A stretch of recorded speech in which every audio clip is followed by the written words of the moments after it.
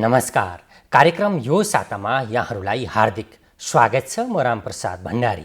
दर्शकवृन्द, मुलुकको समसामयिक राजनीति र जनसरोकारका महत्त्वपूर्ण विषयमा हामी यस कार्यक्रममा विचार विमर्श गर्दै आएका छौँ। यसै क्रममा आज हामीले स्टुडियोमा निम्ताएका छौँ संविधानविद एवं वरिष्ठ अधिवक्ता डाक्टर चन्द्रकान्त गेवालीलाई। उहाँसँग खास गरी संविधान दिवसको सन्दर्भमा संविधान कार्यान्वयनमा देखेका समस्या एवं चुनौतीका विषयमा केन्द्रित रहेर कुराकानी गर्दैछौँ। यहाँलाई कार्यक्रममा स्वागत छ। धन्यवाद छ। खास गरी जनताले लामो सङ्घर्षपछि बनाएको संविधान यति बेला कार्यान्वयनको चरणमा अगाडि बढिरहेको छ र यो संविधान कार्यान्वयनको समग्र अवस्थालाई हेर्दा यहाँले कस्तो पाउनुहुन्छ? कुन अवस्थामा छ हाम्रो संविधान कार्यान्वयनको? अब वास्तवमा नेपाली जनताले पहिलो पटक दुईटा संविधान सभा मार्फत नेपालको संविधान जारी गरे। त्यो नेपालको संविधान सभाले जारी गर्नु भनेको संसारमै ऐतिहासिक पनि थियो, ऐतिहासिक क्षण पनि मानिन्छ। अब यसरी चाहिँ संविधान सभाले संविधान जारी गर्दाखेरि जनताले चाहिँ आफ्नो स्वामित्वको सरकार हो, के अरे संविधान हो, मेरो घर हो भन्ने चाहिँ संविधान सभाले बनाएको संविधानबाट हुन्छ भनेर भनिन्छ। तर आज चाहिँ त्यो कानुन कस्तो अवस्थामा छ भनेर हेर्नुहुन्छ भने संविधान अनुसार 2074 माघ 7 गतेभित्र 3 तहका सरकारको बनाउनु पर्ने, गठन गर्नुपर्ने 3 तहका संसद र सभाको चाहिँ निर्वाचन गर्नुपर्ने भन्ने एउटा डेडलाइन थियो। त्यो डेडलाइन अनुसार चाहिँ 3 तहका संसद र सभाको निर्वाचन भयो, 3 तहका सरकारको पनि गठन भयो र त्यो गठनपछि चाहिँ सरकार फेरि चाहिँ विघटन पनि भए, नभएका होइनन्। संसदको पनि विघटन पनि भयो। यति हुँदाहुँदै पनि जुन चाहिँ त्यो निर्वाचनले अहिलेसम्म पनि थेगिरहेको छ भनिन्छ, किनभने 5 वर्षको कार्यकाल अझैसम्म सकिएको छैन। यो बिचमा संवैधानिक निकायका प्रमुखहरूको पनि रिक्तता थियो। त्यसमा पनि अध्यादेश मार्फत ती प्रमुखहरू, पदाधिकारीहरू, सदस्यहरू, आयुक्तहरूको पनि नियुक्ति भएको छ। तर हालाकि अध्यादेश मार्फत नियुक्ति भएको हुनाले त्यसलाई चाहिँ फेरि अध्यादेश खारेज भयो। खारेज भएपछि फेरि सामान्य सर्वोच्चमा त्यो अध्यादेशबाट नियुक्ति भएका पदाधिकारीको यो खारेज भएको या चाहिँ संविधान सम्मत भएन भनेर पनि फेरि मुद्दा विचार दिन्छ। एकातर्फ एउटा ती पदाधिकारीहरूको, सदस्यहरूको जाँतो झुडिएको छ टाउकोमाथि, एकातर्फ त्यस्तो पनि देखिन्छ। अर्कोतर्फ सङ्घीय शासन पद्धति भनिरहेछौँ हामी, समावेशिताको सिद्धान्त अनुसार समावेशी लोकतन्त्रको कुरा गरिरहेछौँ। यो संविधान त्यही कुरा गरेको छ। दुईटा बेसिक प्रिन्सिपल भनौँ न, एउटा जनतामा निहित सार्वसत्ता, सङ्घीयता, समावेशिता, स्वतन्त्र न्यायपालिका, मानवाधिकार, मौलिक हक, यी सबैभन्दा महत्त्वपूर्ण पाटा हुन्। यसमा चाहिँ अझै पूर्ण प्रेस स्वतन्त्रता पनि भनिएको छ। यसमा मध्ये चाहिँ अझै कानुनको पाटो के हो भन्दाखेरि सङ्घीयता सबैभन्दा महत्त्वपूर्ण हो, समावेशिता सबैभन्दा महत्त्वपूर्ण हो। सङ्घीयताको कुरा गर्नुहुन्छ भने सङ्घीय सरकारहरू बनेका छन्, सङ्घीय संसदका निर्वाचन भएको छन्, त्यो एउटा ठाउँमा छ। अर्को चाहिँ त्यही संसदले चाहिँ फेरि सङ्घीय संसदले स्थानीय तहको सरकार चलाउनलाई 18वटा कानुन बनाउनुपर्छ। अहिलेसम्म ती कानुनहरू 4-5वटा बाहेक अरू बनिसकेको अवस्था देखिँदैन। अहिले खास गरी यहाँले भने जस्तै संविधानका महत्त्वपूर्ण उपलब्धिहरू छन्, समावेशिता, धर्मनिरपेक्षता, गणतन्त्र, सङ्घीयता। यी उपलब्धिहरूलाई संस्थागत गर्दै एउटा संविधानले अग्र रूपमा जुन परिकल्पना गरेको थियो त्यो परिकल्पना साकार गर्नेतिर मुलुक अगाडि बढेको छ कि छैन, सही दिशा लिएको छ कि छैन संविधान कार्यान्वयनले भन्ने प्रश्न उठेको छ यति बेला। यहाँले अध्यादेशको प्रसङ्ग पनि उठाउनु भयो। यो अध्यादेश ल्याउने जुन पद्धति, एउटा प्रवृत्ति छ, यो राजनीतिक दलहरूले यसलाई जुन अध्यादेश ल्याउँदाखेरि एउटा संसदको अधिकार, सार्वभौम अधिकार पनि हनन भयो भन्ने कोणबाट पनि कतिपयले विश्लेषण गर्ने गरेका छन्। यो समग्र अवस्थालाई हेर्दा सही ढङ्गले संविधान कार्यान्वयन भएको देख्नुहुन्छ देख्नुहुन्न यहाँले? होइन, आजको दिनसम्म केही चाहिँ ट्र्याक बाहिर गए पनि, होइन, ट्र्याक बाहिर गए पनि अहिलेसम्म लिकमै हिँडिरहेको छ भन्ने मलाई लाग्छ। किन भन्दाखेरि निर्वाचन भयो, त्यो ट्र्याक हो। निर्वाचनपछि चाहिँ सङ्घीय संसद, प्रदेश संसद र स्थानीय तहको सभाहरूका निर्वाचन भए, स्थानीय तहको निर्वाचन भएर सरकार बने नि, यो संविधान अनुसार नै भएको हो। सबैभन्दा महत्त्वपूर्ण संहिता, समावेशिता हो। अब समावेशिता अनुसार भयो भएन भन्ने भने समावेशी समानुपातिक प्रतित्व पनि महिलाको चाहिँ 33% चाहिँ यो संविधानले परिकल्पना गरेको थियो, त्यो पनि कानुन भएको छ। दलितहरूको 13% भनिएको छ, होइन, मधेसी, मुस्लिम, थारू, अपाङ्गता भएका व्यक्तिहरू, अल्पसङ्ख्यक, पिछडा वर्गहरू, यी सबैको चाहिँ कहीँ न कहीँ संसदमा चाहिँ प्रतित्व भएको अवस्था दिन्छ। हालाकि जनसङ्ख्या आधारमा त्यो प्रतित्व हुन सकेको अवस्था देखिँदैन। एउटा त्यो पनि छ, सही ठाउँमा छ कि छैन भनेर हेर्ने भने सरकार पनि बनेका छन्, बनेर पनि फेरि संसद विघटन भएर पनि अदालतले त्यसलाई चाहिँ दुई पटक पुनर्स्थापना गरेको अवस्था पनि छ। भनेपछि एउटा सही ठाउँमा गइरहेछ, कहिले फेरि ट्र्याकभन्दा बाहिर जाँदाखेरि अदालतले पनि त्यसलाई लगाम लगाएर अनि फेरि ट्र्याकमा ल्याएर फेरि पुनर्स्थापना भएर फेरि सरकार बनिरहेछन्। भनेपछि एकातर्फ यो यसैको कानुनको दिशामा सही बाटोमा नजाँदा पनि फेरि अदालतमा सही बाटोमा आउनुपर्ने अवस्था पनि छ र आएको अवस्था पनि छ र अहिले चाहिँ ट्र्याकभन्दा बाहिर चाहिँ गइसकेका छैनन्। तपाईँले भने जस्तो अध्यादेशको कुराहरू चाहिँ संसदीय शासन पद्धति, संसदको मूल्य मान्यता, यसको चाहिँ संवैधानिक सर्वोच्चता एकातर्फ छ, अर्को संसदीय मूल्य मान्यता पनि छ। अब संसदीय मूल्य मान्यता हुँदाहुँदै पनि जुनसुकै सरकार आए पनि अहिलेका दुईटा सरकार आएको छ, अहिले दुईटै सरकारले के गरे भन्दाखेरि संसद चाहिँ पुरा अवधिसम्म नचलाउने, त्यसको अधिवेशन अन्त गर्ने, त्यसपछि अध्यादेश ल्याएर फेरि आफ्नो अनुसार चाहिँ अगाडि बढ्ने त्यो काम पहिलो सरकारले पनि गर्यो, अहिले पनि यो सरकारले त्यही गरिरहेको अवस्था देखिन्छ। भने अध्यादेशले नै सरकार चलाउनु त होइन, यो गलत पद्धति बस्यो भन्ने यहाँको भनाइ हो। एकदमै हो। अब संसदबाट कानुन पारित गरेर त्यही बमोजिम कानुन गर्नुपर्ने अवस्थामा संसद बोलाइयो हुन्छ, संसदमा सूचीकृत गरिँदैन, सूचीकृत गरे पनि त्यसको छलफलै चलाइन्न। जस्तो भनौँ नागरिकता विधेयकहरू संसदमा छन्, समावेशी विधेयकका कुराहरू भन्नुहोस्, या सङ्घीयता चलाउनलाई 3 तहका सरकारको अन्तर सम्बन्धको कानुन छ। अहिले पनि धेरै विधेयकहरू थन्किरहेछन्, त्यो 50औं विधेयक छन्। त्यो विधेयकमाथि चाहिँ छलफल चलाइएन, तर सरकार गठन र विघटनमा धेरै खर्च गरेको अवस्था देखिन्छ। अनि जब चाहिँ संसद अधिवेशन अन्त्य हुन्छ अनि फेरि अध्यादेश ल्याएर अनि सरकार चलिरहेको अवस्था छ। फेरि संवैधानिक निकायका पदाधिकारी नियुक्ति गर्दा अध्यादेश ल्याउनु पर्ने, या पार्टी विभाजन गर्दा अध्यादेश ल्याउनु पर्ने, या संसदमै कानुन लगाएर कानुन पारित गरेर ल्याएको भए त संविधान अनुकूल हुन्थ्यो भन्ने चाहिँ लाग्थ्यो। हालाकि अध्यादेश ल्याउनै हुँदैन भन्ने पनि होइन, अध्यादेश ल्याउन सकिन्छ, परेको बेला ल्याउन सकिन्छ। तर यहाँनिर फ्रिक्वेन्टली एउटा अध्यादेशबाटै कामकाज चलाउने जस्तो अवस्था देखियो। अब खास गरी हामी संविधान कार्यान्वयनको सही दिशातर्फ अगाडि बढिरहेका छौँ भनेर यहाँले भनिरहँदा संविधानले धेरै विषयहरू मौलिक हकको रूपमा सुनिश्चित गरेको छ। शिक्षा, स्वास्थ्य, आवास लगायतका महत्त्वपूर्ण विषयलाई अङ्गीकार गरेको छ, सुनिश्चित गरेको छ। तर ती कानुनहरू नबन्दा र एक किसिमको अन्यलको वातावरण देखिएको छ। अहिले शिक्षा स्वास्थ्य क्षेत्रमा धेरै विकृति विसङ्गतिहरू मौलाउनुको पछाडि पनि कतै यो मौलिक कानुनहरू नबन्दा र यसले एउटा सही निर्दिष्ट गरेका लक्ष्य पुरा नहुँदा यो अवस्था आएको हो कि भन्ने कोणबाट पनि विश्लेषण गरिएको अवस्था छ। समग्र रूपमा मौलिक हक अधिकारलाई संविधानमा सूचीकरण त गरियो, तर व्यवहारमा कार्यान्वयन गर्ने कुरामा त चुके नि दलहरू। कस्तो लाग्छ यहाँलाई ती विषयहरू? एकदम सही कुरा उठाउनु भएको छ। वास्तवमा नेपाल चाहिँ युएनको सदस्य राष्ट्र हो।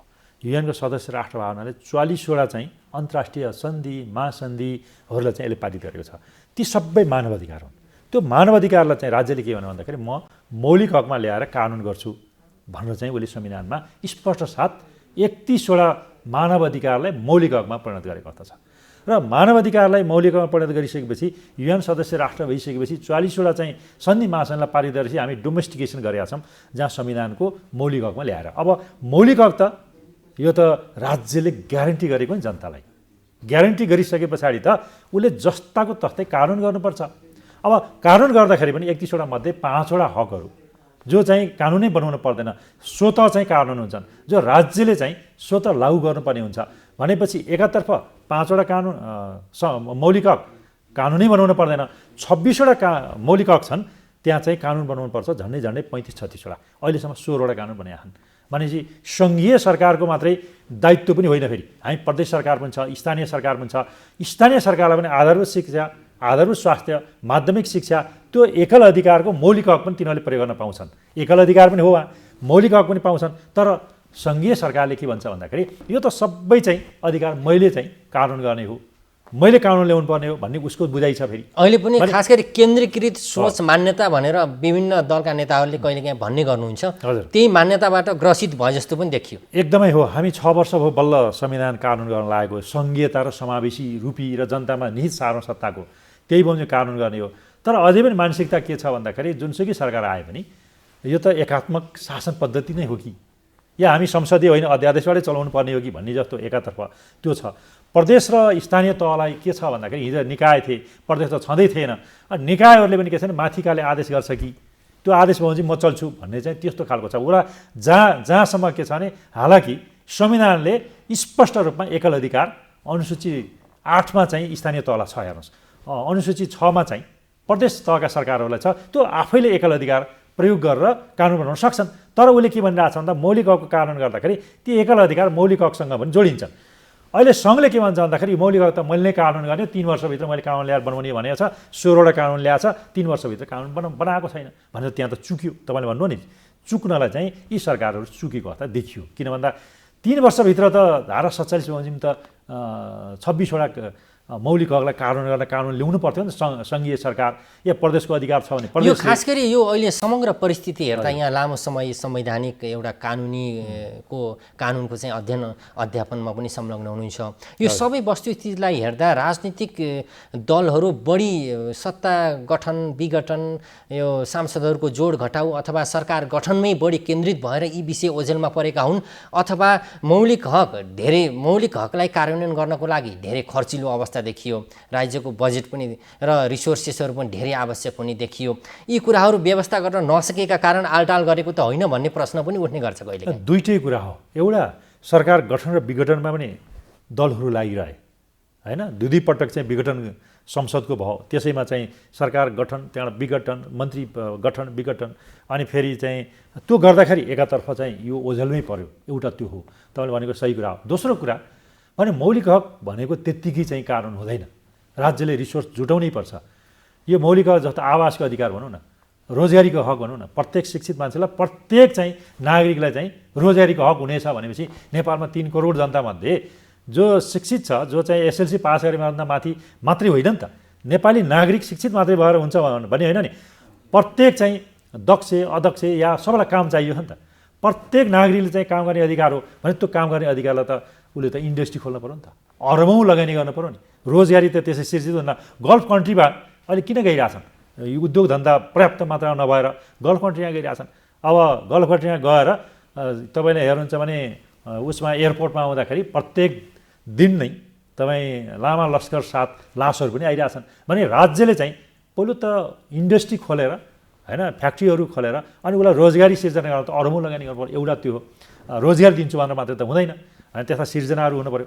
तपाईँ आवास भनेको छ हेर्नुहोस्, कोही मान्छे पनि ऊ चाहिँ आवास नपाएर बाहिर सडकमा सुत्न नपरोस् भन्ने हो नि आवासको हक त। राइट टु चाहिँ तपाईँको भन्नुहुन्छ भने हाउस भनेको त महत्त्वपूर्ण कुरा हो नि, होइन, सबैलाई छाना चाहिन्छ भन्ने हो नि। त्यो छाना चाहिँलाई त 3 करोड मान्छेलाई चाहिँ घर बनाउनलाई त कमसेकम राज्यले चाहिँ आफ्नो जग्गाहरू अधिग्रहण गरेर घर बनाइदिएर अनि ल तिमी त्यहाँ बस्न जाऊ भन्नलाई त त्यहाँ पनि अरबौँ खर्च हुन्छ हेर्नुहोस्। तपाईँ शिक्षा स्वास्थ्य निःशुल्क गर्छु भन्छ, आधारभूत स्वास्थ्य चाहिँ निःशुल्क, शिक्षा चाहिँ दलितहरूलाई चाहिँ उच्च शिक्षासम्म निःशुल्क भनेको छ, अल्पसङ्ख्यकलाई निःशुल्क भनेको छ, अनि सबै नागरिकलाई चाहिँ आधारभूत स्वास्थ्य र त्यस्तै चाहिँ इमर्जेन्सी पनि निःशुल्क गर्ने मान्छ, त्यसलाई त हस्टेल खोल्नु पर्यो। त्यो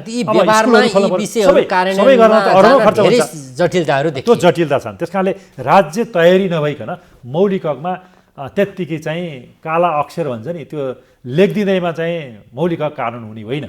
त्यस कारणले राज्यले चाहिँ मेन पावर पनि चाहियो, फेरि अर्को रिसोर्सेस पनि चाहियो, अनि सरकारले पनि सरकार गठन विघटन गर्दा लाग्दाखेरि यो मौलिक हक विषय केही ओझेलमा त्यो चाहिँ चुकेको पनि हो। अब खास गरी संघीयता कार्यान्वयनकै चरणमा छ, तिनै तहका सरकार अहिले क्रियाशील छन्। हजुर, संघीयतालाई कार्यान्वयन गर्ने क्रममा पनि कानुनी अभावमा धेरै जटिलताहरू देखिएको कुरा यहाँले अलिकति प्रसङ्ग उठाउनु भयो र संघीयता कार्यान्वयनलाई एउटा बलियो बनाउन, बलियो ढङ्गले स्थापित गर्नको लागि जुन चाहिने कानुन हुन् ती कानुनहरू किन बन्न सकिरहेका छैनन्? खास गरी सङ्घले, प्रदेशले र स्थानीय तहले बनाउने जुन साझा सूचीका कानुनहरू छन्, साझा सूचीका कानुनहरू बन्ने प्रक्रिया पनि सुरु भएको अवस्था छैन यति बेला।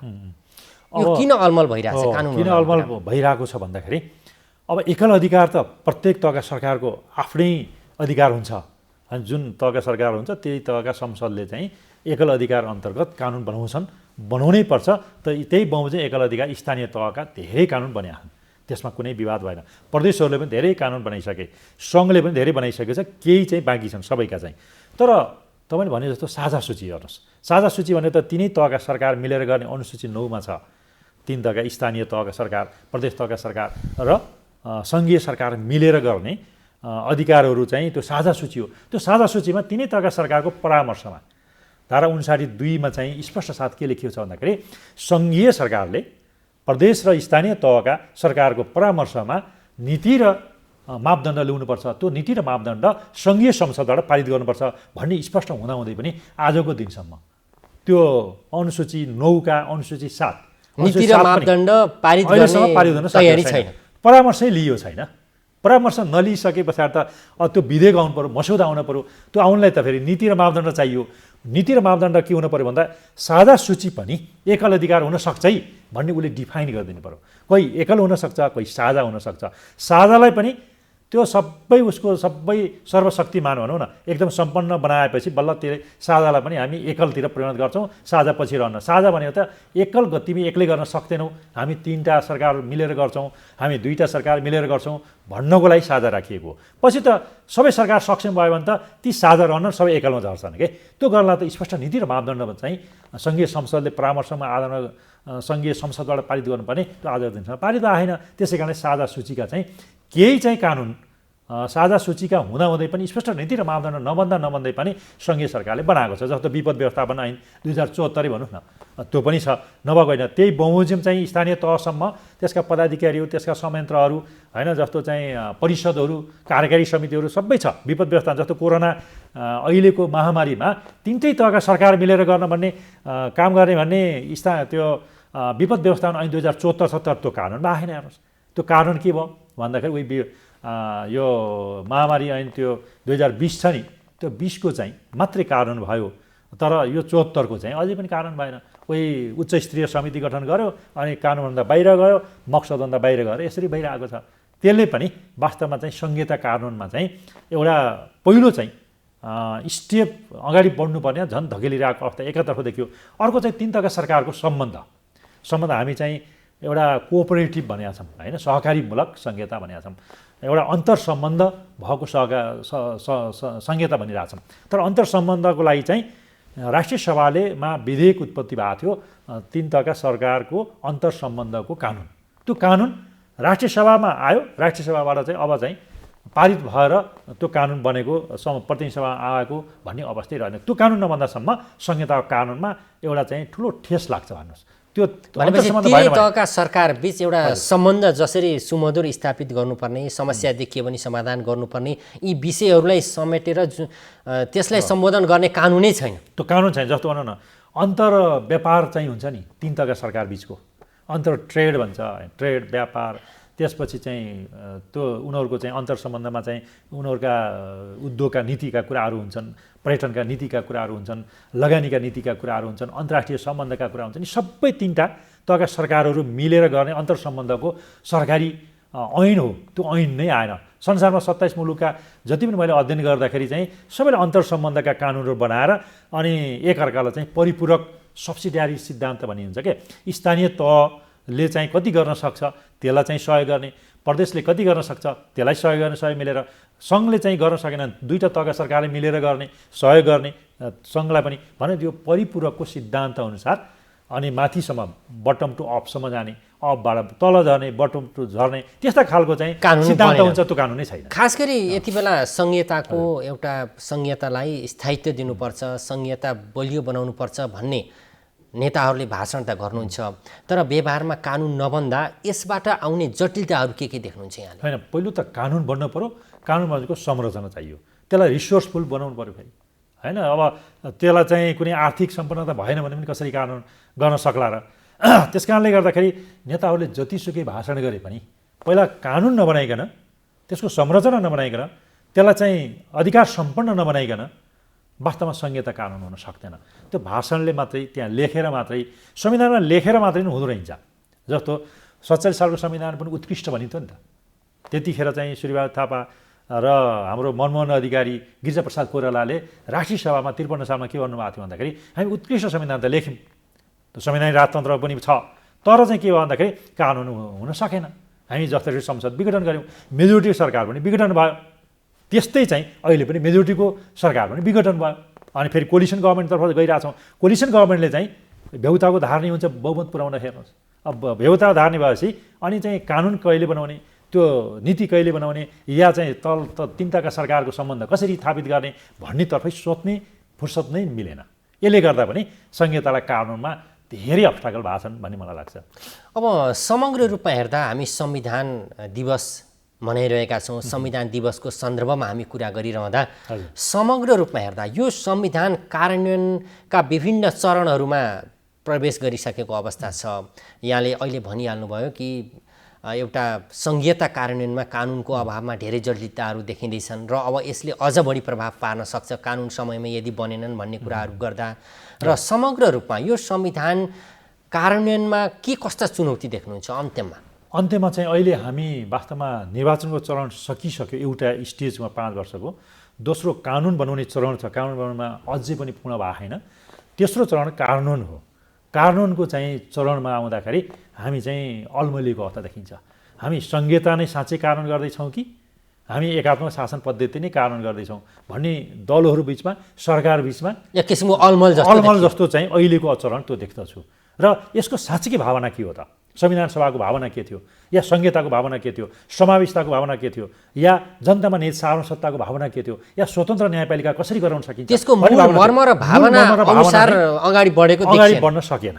हिजो जे एकात्मक शासन पद्धतिमा थियो त्यही अनुसार निरन्तरतातर्फ मात्रै चाहिँ बढी मात्रामा 75 निरन्तरतातर्फ 25% यो संहिता हो कि संहिता कानुन गर्दैछन् कि त, संहिता हो कि भन्ने जस्तो चाहिँ समावेशता पनि कानुन गर्दैछन् कि त भन्ने जस्तो देखिन्छ। तर मानसिकता, प्रवृत्ति, पात्र उस्तै भावनाले योसम्म आएको अवस्था चाहिँ देखिँदैन। संविधानको साँच्चै कानुन गर्ने यो आजको दिनमा यति कानुन भयो भनेर चाहिँ हामी छाती फुलाएर चाहिँ भन्न सक्नु पर्थ्यो नि त। त्यो भन्न सक्ने स्थिति अहिलेसम्म देखिएको छैन। हस् त, कार्यक्रममा आएर आफ्ना महत्त्वपूर्ण विचारहरू राखिदिनु भयो, यहाँलाई धन्यवाद। यहाँलाई पनि धेरै धेरै धन्यवाद छ। नेपाल टेलिभिजन परिवार र तपाईँलाई पनि धन्यवाद छ। हस् धन्यवाद। आदरणीय दर्शकवृन्द, हामीले कुरा गऱ्यौँ संविधानविद एवं वरिष्ठ अधिवक्ता डाक्टर चन्द्रकान्त ज्ञवालीसँग। आजलाई कार्यक्रमबाट बिदा चाहन्छौँ। नमस्कार।